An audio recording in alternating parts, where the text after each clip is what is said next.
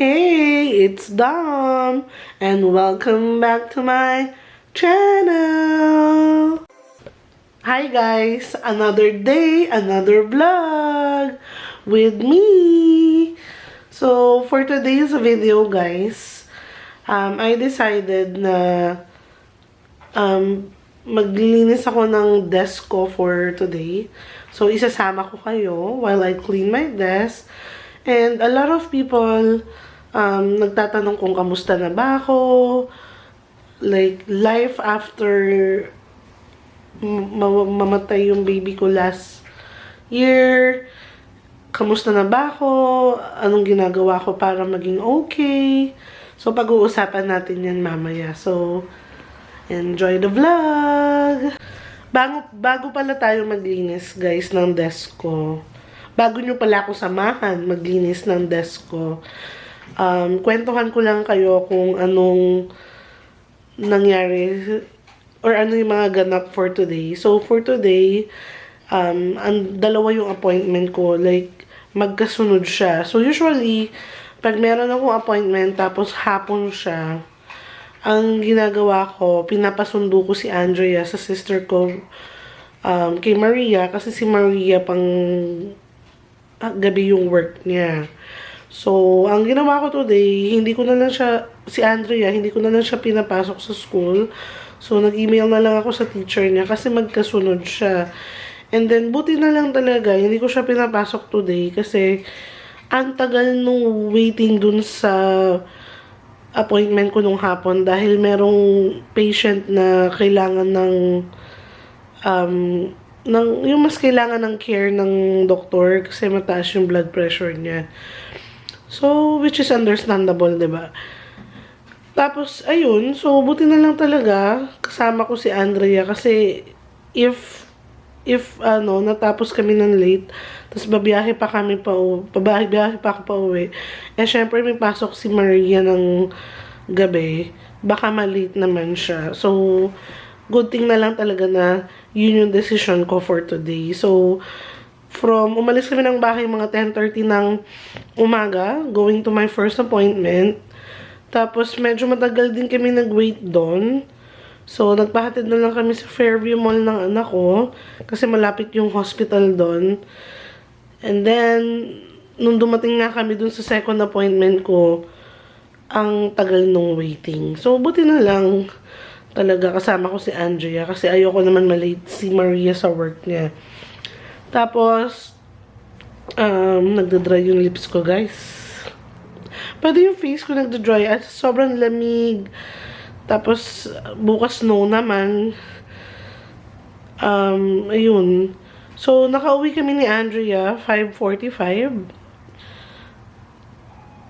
Tapos, hindi ko pa dala yung susi ko. Buti na lang si Rain, yung friend ko na neighbor ko, hindi sila alas. So, iniwan ni Daddy Alvin yung key namin doon. Tapos, binato na lang ni Rain sa balcony. Tumawag ako nung dumating kami. Sobrang lamig, grabe. Tapos, ayun nga, nakatulog ako, nakapag-nap ako. Nap talaga, super nap, power nap for 2 hours. And then, pagising ko, nagluto ako ng dinner namin ni Andrea. Nag-Filipino red hotdog lang kami.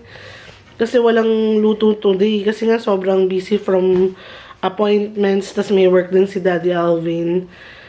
Tapos, ayun. So, everything work out naman. Pero, talagang super busy today. Pagod na pagod ako. So, kaya pala ganito outfit ko, diba? Kasi, diba, maglilinis tayo ng desk ko. So, I decided mag-bathrobe na para hindi na ako magmamagandang outfit. Itong headband na to, para lang pa-cute. Kasi, talagang magulo yung hair ko. So, yun lang, guys. So, minsan, time management lang. Gawa-gawa lang ng paraan para mag-workout yung schedule for today. So, ayun. Sige, tara. Maglinis na tayo. Hi, guys. So, this is the situation of my desk. So, kailangan natin siyang i-arrange. So, ito yung calendar ko, na-update ko na siya January 2024. Yan. Ito yung last stuff toy ni Adeline given by Sick Kids. Thank you, Sick Kids. So, yan yung aking mga books. Ito yung desk ko. So, ito yung sitwasyon ng desk ko ngayon. So, yan yung kailangan kong linisin. So, let's go! Let's clean! Say hi to my helper. Hi, Andrea! Say hi! Hi.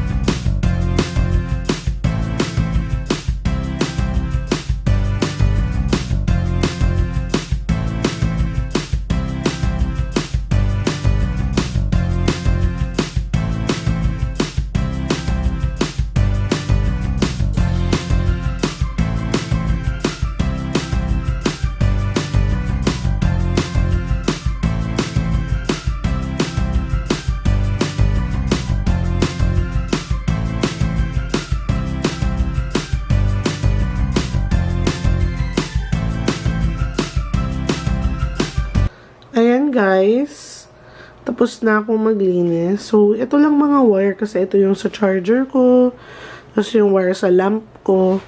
So, kulang pa nga ako nung parang mga USB na saksakan para magamit ko yung iba kong gadgets. So, ayan, yung camera stand ko, laptop, tapos yung keyboard ko, mouse. So, dito ako nag-e-edit. So, ayan. So, ayan, maayos na siya. Yung wire na lang ang aayusin ko mamaya. So, ayan, nagwalis na rin kami dito. Yan yung Cricut ko. So, ayun lang. So, tinulungan din ako ni Ate Andrea maglinis. And I'm proud of my daughter. Say hi, Andrea. Hi. So, I just want to thank my daughter, Ate Andrea, for helping me clean my desk. Nagpresenta siya to help me. She asked me, Mom, can I help? I said, yes. So, you're gonna be part of my vlog again. So, nakita nyo, nagwalis siya, nag-organize din siya. Although, mabilis lang naman talaga. So, thank you, ate. Say, thank you. Say, you're welcome. YW. YW. Okay, say thank you. Hi guys, wala lang. Nagpapakute lang ako. I feel cute. Charot. So, yun. Tapos na nga kami maglinis ng desk. So, now, pag-uusapan natin is about me. Kasi maraming nangamusta sa akin kung kamusta na ba ako. It's like life after loss. So, it's been a year now since my baby, Adeline, passed away. So, I gave birth December 26, 2023. So, na-celebrate namin yung first birthday niya.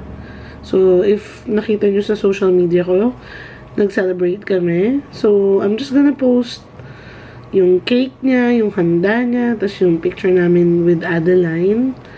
Tapos, hindi nga kami nakapag-picture lahat, pero nandun din yung family ni Daddy Alvin, family ko. So, more like kainan, nakalimutan na mag-picture-picture talaga. Pero yung family ko, si Ate Jeka, si Fat, Mami at Daddy ko may picture sila. Pero nandun din kuya ko, wala lang din picture. So, ayun, na-celebrate namin. And I just wanna say thank you sa family namin for bringing food, sa pagpunta, sa cake, sa flower, dun sa angel na binigay ni Maria. So, thank you. Nairaos namin yung first birthday ni Adeline. So, meron akong tradition na ginagawa na sinasama namin sa family picture si Adeline. Para, kasi, diba, dapat nandito naman talaga siya. So, meron kaming picture with her. Hawak yung picture frame nung Christmas, nung birthday niya, I think, nagpicture din ba kami nung New Year? I think New Year, nagpicture din kami nung New Year. So, i-insert ko na lang dito sa video. And then, so, December 26, first birthday niya. And then, nag-New Year na. So, tapos, ang New Year, January 1. Tapos, yung death anniversary niya, January 5. Noong January 5, hindi ako masyado kay Adeline.